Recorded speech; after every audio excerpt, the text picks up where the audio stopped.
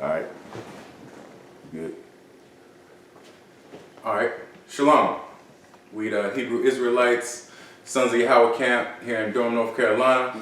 And first of all, I want to give all honor and praise to Yahweh, Ba'ashem Yahweh Shai. And Yahweh is the Most High God, creator of all things. Yahweh Shai, so-called black man, savior of Israel, and who the world ignorantly calls Jesus Christ. So, you know, going around, I'm sure everybody's had this experience where you going out, you doing your commerce, you shopping, you pay for your goods at the register, and then somebody say, hey, here you go, have a blessed day, you know. And, you know, that's what I'm going in on today. Because a lot of times it be heathens, a lot of times it be some coons, you know, Negroes, people, they speaking words that they don't really know about. They just saying something they heard somebody say. And as the nation of Israel, we got to come out of those types of activities. We got to get out of doing whatever we seen and heard somebody else do with no understanding, because that's going to get us in trouble. So, you know, having a blessed day, well, what is a blessed day? So let's go to the first time. Well, no, we're just going to go and see what is a blessed day. What day is blessed according to the scriptures? So let's get Genesis chapter 2, verse 3. Genesis chapter 2, verse 3. And God blessed the seventh day and sanctified it, because that in it he had rested from all his work which God created and made. That's right. So the seventh day, the Sabbath, that's the day that's blessed. So, you know, you telling people have a blessed day, what is it that you're exactly trying to tell them? You know, a lot of people saying, oh, it just means have a good day. You know, it means, you know, have a nice day. Well, why don't you just say have a good day, have a nice day? You know, because when you go into it, it's no definitive history on have a blessed day or where that term came up. Some people say it is recent, but a lot of times you hear that it came from pagan Wiccans that say have a blessed day, and you know it's a phrase used in a number of different ways, like blessed be or blessed be. All that is blessed, or everything is as it should be, and that's the way that the wicked. Them Wiccans, you know, which is people who practice in, you know, being witches and casting spells on people on the left-hand side, you know. So the origin is not of the saying is not really, it's not kosher. It's not really righteous. Now, you know, being blessed is, you know, is something that we get from the scriptures, you know. Blessings, and even the word bless, it has its origins from the Bible. So let's go to Romans 10 and chapter 2. All right, this is Romans chapter 10, verse 2. For I bear them record that they have a zeal of God, but not according to knowledge. That's right. See, because, you know, these so-called Christians and all these Bible thumpers, if you will, they have a zeal for God. They have an interest, and you know, they feel like they want to lift up God, but they don't really know how. And the reason it is they don't read the Bible. They don't have an understanding. So they just go around spouting things they heard in a song and all this, and they turn that into gospel in their own hearts and minds. And that's not the way we're supposed to operate, especially as God's chosen children. So let's go further into that idea with Hosea 4 and 1. You want verse 3? Yeah. My bad, yeah. Let me go back. This is Romans chapter 10, verse 2. For I bear them record that they have a zeal of God, but not according to knowledge.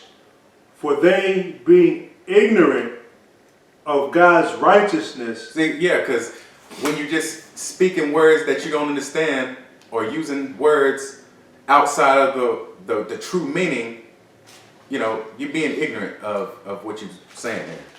Continue on. For they, being ignorant of God's righteousness and going about to establish their own righteousness. That's right, because that's your own righteousness. You have created a definition and an understanding in your own mind as far as what you're saying. Go ahead. And going about to establish their own righteousness, have not submitted themselves unto the righteousness of God. That's right. And so, Israelites, they don't know who they are, and they've fallen victim to a lot of false information, wrong information, and that's what's got us destroyed. And let's get that, jumping down to Hosea. Hosea 4:1. Let's get Hosea 4:1 first. Hosea chapter 4, verse 1. Hear the word of the Lord, ye children of Israel. For the Lord hath a controversy with the inhabitants of the land, because there is no truth, nor mercy, nor knowledge of God in the land. That's right. There's no truth. There's no knowledge of God in the land. Your knowledge comes from your pastor, your so-called bishop. And, it's a lot of females running in charge of congregations, and, they think they're doing righteousness, and they're going totally according to the laws, the scriptures, and the word of the Most High, the way that He has things set up to operate. So let's jump down to verse 6. Hosea chapter 4, verse 6. My people are destroyed for lack of knowledge. Because thou hast rejected knowledge, I will also reject thee. That's right. So, and if he was to try to get into it with somebody to break down true understandings of things, and not just talking about this in particular, but all these misconceptions that people who go to church every week have, whether it be about heaven and hell, or how you make it to the kingdom, or who the kingdom is for. Everybody's got their preconceived notions, and it's because they reject knowledge, and they continue to do so. And that's a problem. That's a problem. We got to wake up, so-called black people, so-called Hispanics, so-called Native Americans, because we ain't going to get it, keep it on down the same path we're going. Okay, so finish that up. Because thou hast rejected knowledge, I will also reject thee, that thou shalt be no priest to me, seeing thou hast forgotten the law of thy God, I will also forget thy children. That's right. And He's going to continue to forget us if we don't come back to these laws, statutes, commandments, and having faith in Yahushua, and doing righteous to one another, loving one another, not being wicked and trying to pull a lick on your brother. We're going to continue to be destroyed. And, problem is that our people get caught up in these ideologies and false doctrines because the so-called white man, the heathens, other nations that are enemies, they have, through their crafty counsel, changed the definitions and meanings of words, changed the names and, understanding of people groups and locations on the earth. Things that was in the Bible are still here today.